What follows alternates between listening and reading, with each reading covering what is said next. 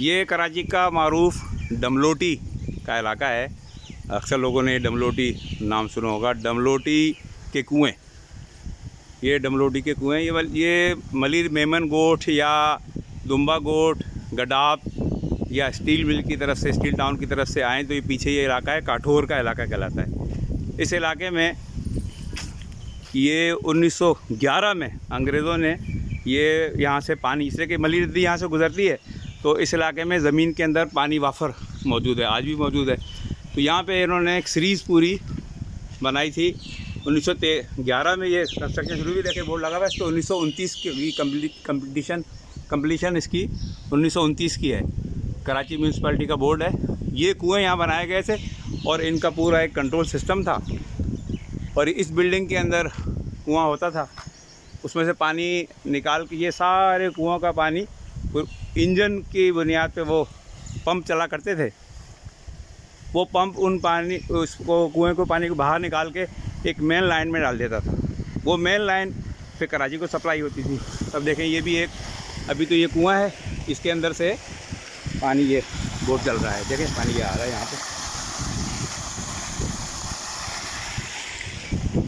इन कुओं के अंदर जो पानी है, वो पानी का सारा दारोमदार वो है बारिश के ऊपर। यानी बारिश होगी, नदी बहेगी, और वो नदी के बहने की वजह से सारे साल के लिए ये कुओं में पानी भर जाएगा और अगली बारिश होने तक वो चार्ज रहेगा, कुएं चलते रहेंगे। अब तो कराची बहुत बड़ा शहर बन गया है, इस पर कलरी लेक का पानी, हब डैम का पानी सब मिल रहा है।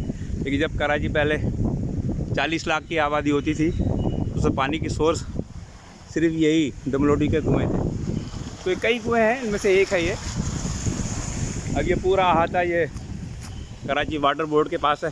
बड़ा खूबसूरत अहाता है, देखें इसमें तरह तरह के फलों के दरख्त हैं। ये बेलगरी का दरख्त है, बड़ा मारूफ हकीमी फल है। इसे बहुत सारी बीमारियों के इलाज होता है इस फल से। ये बादाम है, लाल बादाम, ये देखें, ये बेलगरी लगी हुई है, ये बादाम का दरख्त है। ये जगह खुद एक पिकनिक पॉइंट है। आज कुछ दोस्त जमा हुए और कहा कि ज़रा डमलोटी के वो कुएं देखने जाते हैं कि जहाँ से पहले कराची को पानी सप्लाई होता था। अब इस पे जो तारीख़ डली हुई है तख्ती के ऊपर, वो भी 1929 की तख्ती लगी हुई है।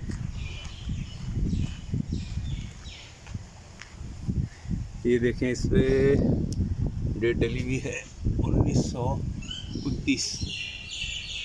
1929 की ये तख्ती लगी हुई है। वो ज़माना गुजर गया, चीज़ें अपनी जगह हैं, पानी अभी भी आ रहा है। इस जगह को तो वीरानी का शिकार है।